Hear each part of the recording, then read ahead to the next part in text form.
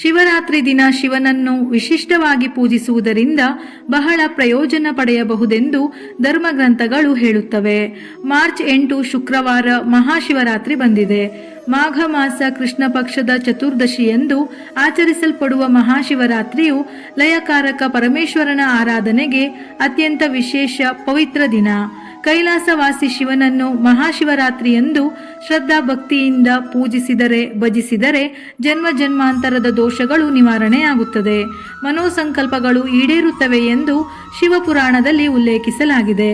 ಶಿವರಾತ್ರಿಯ ದಿನವು ಸನಾತನ ಧರ್ಮದಲ್ಲಿ ವಿಶೇಷ ಮಹತ್ವವನ್ನು ಹೊಂದಿದೆ. ಈ ದಿನವನ್ನು ಶಿವ ಮತ್ತು ಶಕ್ತಿಗಳಿಗೆ ಸಮರ್ಪಿಸಲಾಗಿದೆ.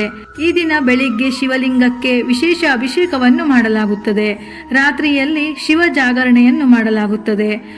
ಈ ದಿನ ವಿಶೇಷವಾಗಿ ಶಿವನಿಗೆ ಯಾವ ವಸ್ತುಗಳಿಂದ ಅಭಿಷೇಕ ಮಾಡಿದರೆ ಯಾವ ಫಲ ಸಿಗುತ್ತದೆ ಎಂದು ತಿಳಿಯೋಣ. ಗರಿಕೆಯ ನೀರಿನಿಂದ ಶಿವನಿಗೆ ಅಭಿಷೇಕ ಮಾಡುವುದರಿಂದ ಬದುಕಿನ ತೊಂದರೆಗಳೆಲ್ಲವೂ ನಿವಾರಣೆಯಾಗಿ ಕಳೆದು ಹೋದ ಹಣವನ್ನು ಮರಳಿ ಪಡೆಯಬಹುದು. ಎಳ್ಳಿನ ಎಣ್ಣೆಯ ಅಭಿಷೇಕದಿಂದ ಅಪಮೃತ್ಯು ನಿವಾರಣೆ. ಶುದ್ಧ ಹಸುವಿನ ಹಾಲಿನ ಅಭಿಷೇಕದಿಂದ ಸಕಲವು ಪ್ರಾಪ್ತಿಯಾಗುತ್ತದೆ. ಅಂದರೆ ಅಭಿಷೇಕ ಮಾಡುವ ಸಮಯದಲ್ಲಿ ನಿಮ್ಮ ಮನಸ್ಸಿನಲ್ಲಿ ಯಾವ ವಿಷಯದ ಬಗ್ಗೆ ಸಂಕಲ್ಪ ಮಾಡಿ ಅಭಿಷೇಕವನ್ನು ಮಾಡಿರುತ್ತೀರೋ ಆ ಸಂಕಲ್ಪವು ಈಡೇರುತ್ತದೆ. ಸಂತಾನ ಇಲ್ಲದವರಿಗೆ ಹಸುವಿನ ಹಾಲಿನ ಅಭಿಷೇಕದಿಂದ ಸಂತಾನ ಪ್ರಾಪ್ತಿ. ಮೊಸರಿನಿಂದ ಮಾಡಿದ ಅಭಿಷೇಕವು ಚೈತನ್ಯ, ಆರೋಗ್ಯ ವೃದ್ಧಿ, ಸುಖ ಸಮೃದ್ಧಿಯನ್ನು ನೀಡುತ್ತದೆ.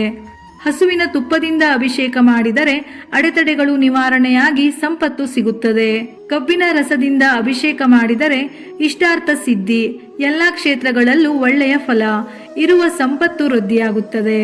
ಸಕ್ಕರೆಯ ಅಭಿಷೇಕದಿಂದ ಮನಸ್ಸಿನಲ್ಲಿರುವ ದುಃಖ, ದುಗುಡ, ಸಂಕಷ್ಟಗಳು ನಿವಾರಣೆ ಆಗುತ್ತದೆ.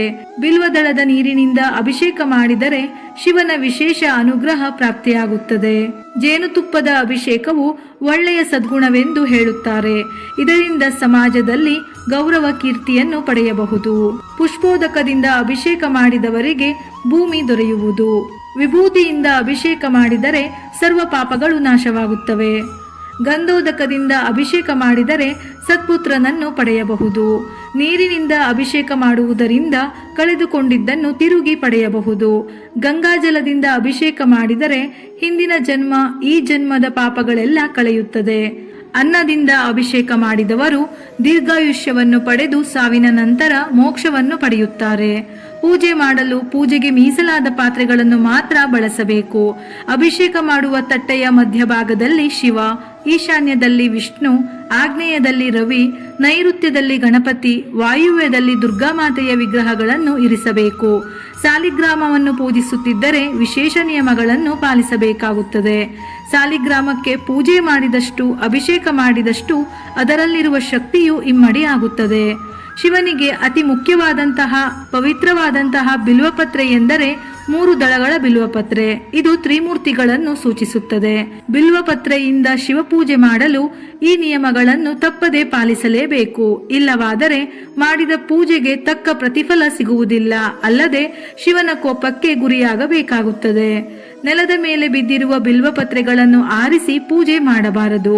ಸೀಳಿದಂತಿರುವ ಹುಳುವಿನಿಂದ ರಂಧ್ರಗಳಿರುವ ಬಿಲ್ವಪತ್ರೆಗಳನ್ನು ಪೂಜೆ ಮಾಡಬಾರದು.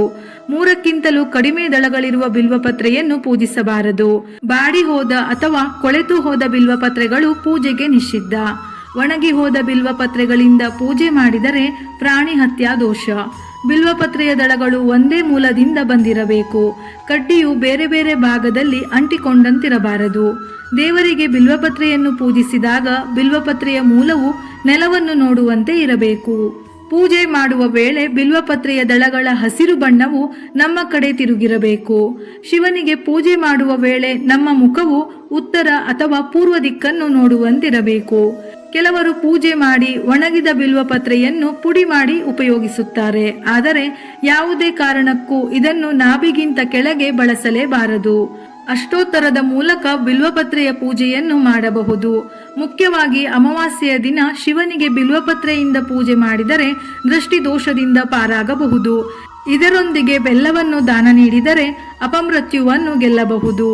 ಈ ಪೂಜೆಯಿಂದ ಮನೆಯಲ್ಲಿರುವ ಋಣಾತ್ಮಕ ಶಕ್ತಿಗಳನ್ನು ನಿವಾರಿಸಬಹುದು. ಪ್ರತಿಯೊಬ್ಬರಿಗೂ ಮೇಲೆ ಹೇಳಿದ ಎಲ್ಲ ವಸ್ತುಗಳನ್ನು ಬಳಸಿ ಅಭಿಷೇಕ ಮಾಡಲು ಸಾಧ್ಯವಿರುವುದಿಲ್ಲ. ಹಾಗಾಗಿ ಹಸುವಿನ ಹಾಲು, ಜೇನುತುಪ್ಪ, ಹಸುವಿನ ತುಪ್ಪ, ಮೊಸರು, ಬಿಲ್ವಪತ್ರೆ, ಗರಿಕೆ, ಎಕ್ಕದ ಹೂವು ಇವುಗಳಿಂದ ಕೂಡ ಅಭಿಷೇಕ ಮಾಡಬಹುದು. ಆಡಂಬರದ ಪೂಜೆಗಿಂತ ಭಕ್ತಿಯಿಂದ ನೀರು ಅಥವಾ ಗಂಗಾಜಲದ ಅಭಿಷೇಕ ಮಾಡಿದರೂ ಶಿವ ಪ್ರಸನ್ನನಾಗುತ್ತಾನೆ. ವಿಡಿಯೋ ಇಷ್ಟ ಆಗಿದ್ದಲ್ಲಿ ಮರೆಯದೆ ಲೈಕ್ ಮಾಡಿ, ನಮ್ಮ ಚಾನಲ್ ಅನ್ನು ಸಬ್ಸ್ಕ್ರೈಬ್ ಮಾಡಿ. ಇದೇ ರೀತಿಯ ಮನಮುಟ್ಟುವ ಉಪಯುಕ್ತ ಮಾಹಿತಿಗಳಿಗಾಗಿ ಮತ್ತೆ ಭೇಟಿಯಾಗೋಣ.